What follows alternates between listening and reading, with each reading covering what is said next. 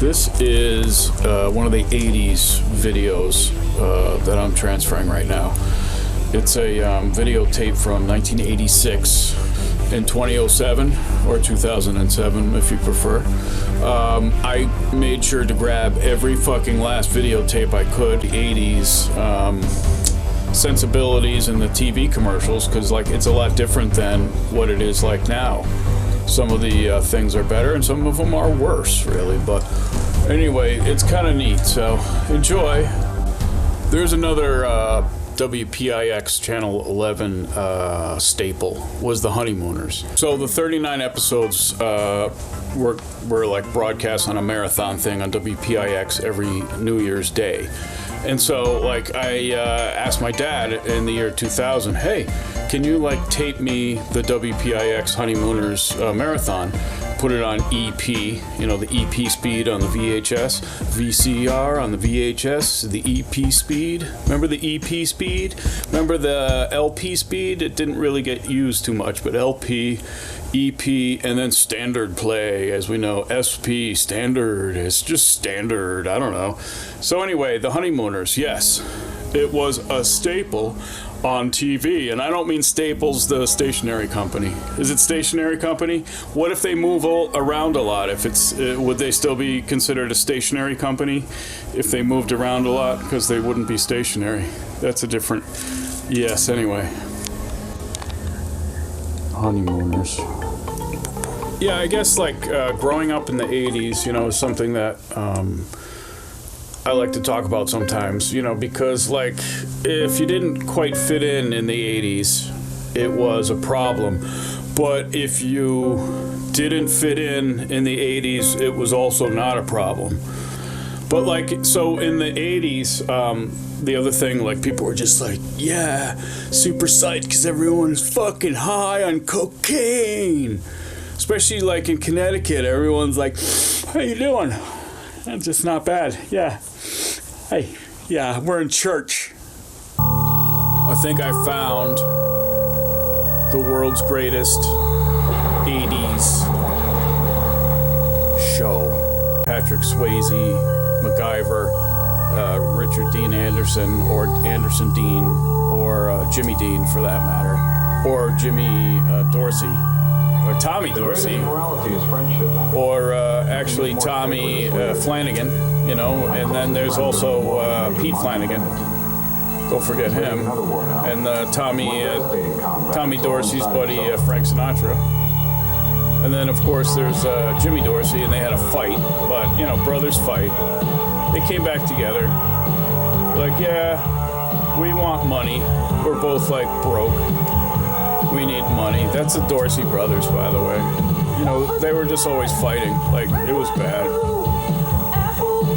I don't know, because I wasn't there, obviously, but this is perhaps the greatest 80s. Charles Taylor.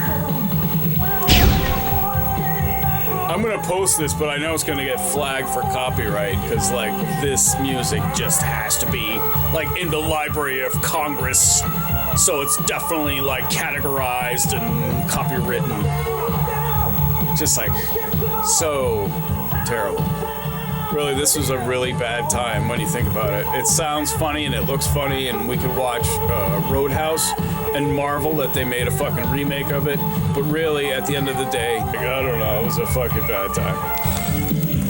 The 1980s was a time that was both horrifying and satisfying. Or no, it's horrifying and interesting. No, it's like disgusting and kind of yummy. It's what were the 80s like? Well, if you have to ask, then like you might as well just like sit down, because it's a long story.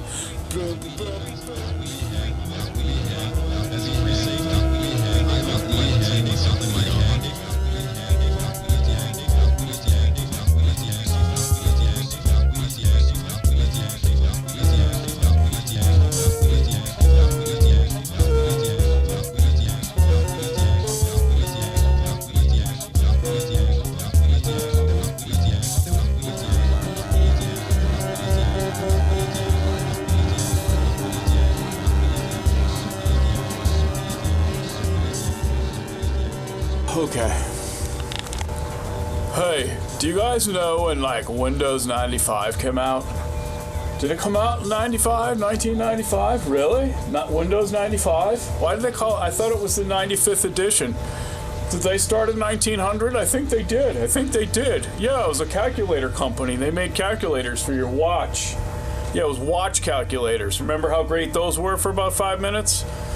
It's like, oh, I'm going to use this to cheat on a test at school, you know, and then you're like, nah, I don't think so, because people are going to rip it off your wrist because you're a fucking asshole. I don't know if you know this about Charlie Chaplin, and that's Charlie Chaplin right there. He was somebody from the 20th century, and like he sat and cried for 17 hours straight. And then what he did is like he recorded his tears and the sound of him crying, and he put it on the first layer of the soundtrack to City Lights. So all you hear sometimes is like a little cry for help, and sometimes you'll see like a little tear coming down the side of the page, like on where the tear is, the tear on the tear, on the side of the page. With Charlie Chaplin, he was a page out of a book that was never written. Actually, it was written, and Charlie Chaplin wrote it. But when you really think about it,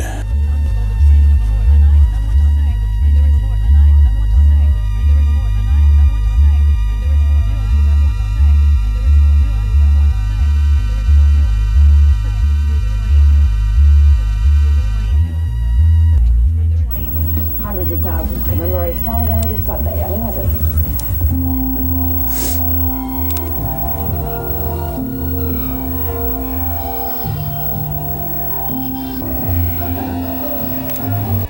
I just wanted to mention that the VCR, which people took for granted and now kind of dismiss a little bit, except for collectors of this kind of stuff, like me and like maybe you.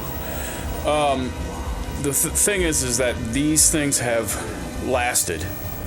Is that the VHS format is a lot more durable than the digital formats to keep precious memories on, There's a lot of disadvantages to the VCR and to tapes in general, analog tapes, cassettes or whatever.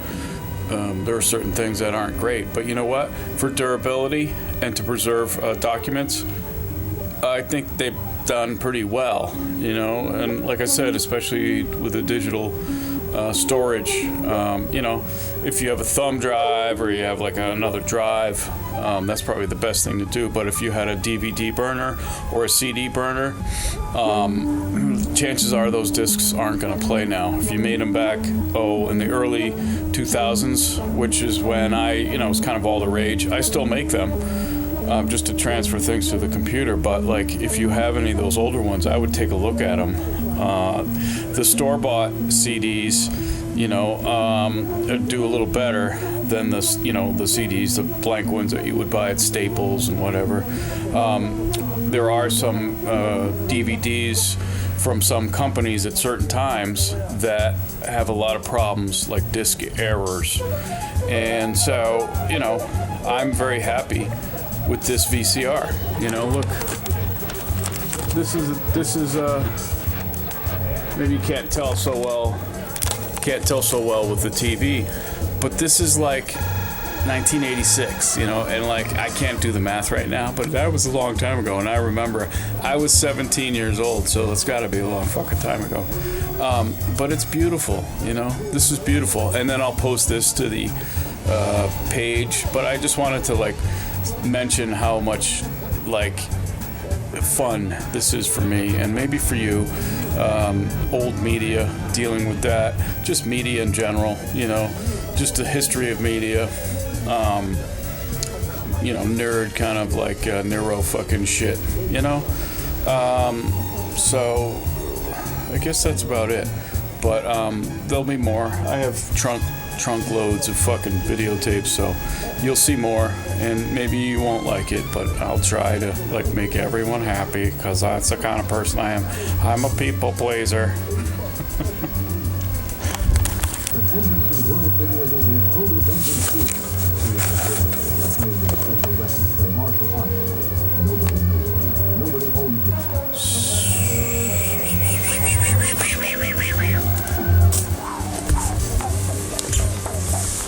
So this videotape is the first family videotape that we made.